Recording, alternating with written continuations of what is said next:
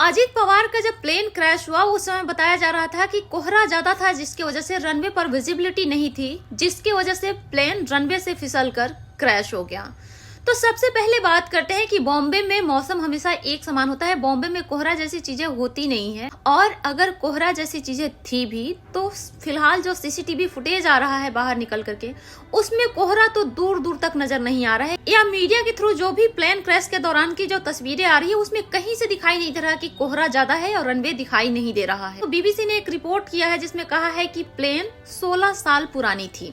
आधा बात यहीं पे खत्म हो जाता है कि प्लेन पुरानी थी जिसकी वजह से क्रैश हो गया। लेकिन सवाल यहाँ होता है कि 2014 के बाद से अक्सर डिप्टी सीएम और कैबिनेट मिनिस्टर की ही खास तौर से डेथ हुई है प्लेन क्रैश में। सबसे पहले गोपीनाथ मुंडे जो महाराष्ट्र के ही फॉर्मर डिप्टी सीएम थे, उनकी डेथ दिल्ली के रोड एक्सीडेंट में होता है। सवाल यहाँ पे होता है कि जब नेताओं का फ्लीट निकलता है उस समय नॉर्मल गाड़ियां रोक दी जाती है सड़कों पे, तो फिर उनका कार एक्सीडेंट कैसे हुआ। उसके बाद सीडीएस बिपिन रावत की प्लेन क्रैश में डेथ हो जाती है। उसके बाद विजय रूपानी जो भारतीय जनता पार्टी की ही फॉर्मर सीएम थे, उनकी प्लेन क्रैश में डेथ हो जाती है। और अब अजीत पवार तो लगातार भारतीय जनता पार्टी के अगेंस्ट में बयान दिए जा रहे थे और अब उनकी डेथ हो रही है प्लेन क्रैश। तो प्लेन क्रैश एक हादसा है या सोची समझी साजिश है, इस पे जांच होनी चाहिए। हमेशा फॉर्मर डिप्टी सीएम या फिर बीजेपी से जो विवाद करने लगता है, उसी नेता का प्लेन क्रैश में डेथ क्यों होता है, उसी नेता का कार एक्सीडेंट में डेथ क्यों होता है। जो भारतीय जनता पार्टी से जुड़ा रहता है उसका प्लेन क्रैश या कार एक्सीडेंट में डेथ क्यों नहीं होता है। कभी प्राइम मिनिस्टर का प्लेन क्रैश होते हुए मैंने नहीं देखा,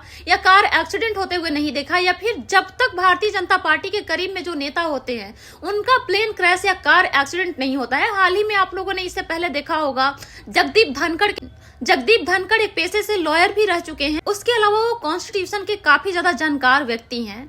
तो भारतीय जनता पार्टी की सुनते नहीं थे, जहां उनको लगता था बोलना चाहिए वहां वो बोल देते थे। तो बिना उनके कोई मेडिकल इंजरी को सार्वजनिक किए हुए कहा गया कि हेल्थ इश्यूज की वजह से जगदीप धनखड़ इस्तीफा दे रहे हैं, और उसके बाद उन्होंने इस्तीफा दे दिया। अभी जब मैं रिसर्च कर रही थी तो उनके बारे में पढ़ी कि जगदीप धनखड़ बीमार है, एम्स में उनका एमआरआई हो रहा है। अरे एमआरआई होना कोई बड़ी बात नहीं होती, एमआरआई आज के डेट थोड़ी सी भी ब्रेन में अगर कोई प्रॉब्लम होती है तो एमआरआई हो जाता है। और ये रिसेंट न्यूज है, ये तब की नहीं है जिस समय जगदीप धनखड़ ने इस्तीफा दिया था। तो आखिर क्या बात है कि जो लोग भारतीय जनता पार्टी से अलग हो जाते हैं उन्हीं की कार क्रैश या प्लेन क्रैश में डेथ हो रही है।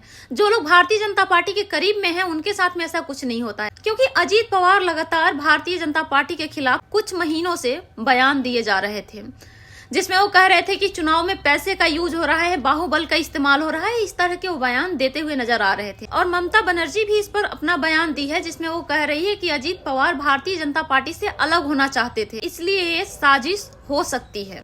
और इस तरह के आरोप सिर्फ ममता बनर्जी नहीं बल्कि एक आईपीएस अधिकारी अमिताभ दास भी कह रहे हैं। 200% हत्या है जिसको दुर्घटना की शक्ल दिया गया है। अजीत पवार और बीजेपी के रिश्ते इधर बहुत बिगड़ गए थे। अजीत पवार शरद पवार के साथ वापस जाना चाहते थे। बम्बई मेयर के मुद्दे पर दोनों में लड़ाई थी।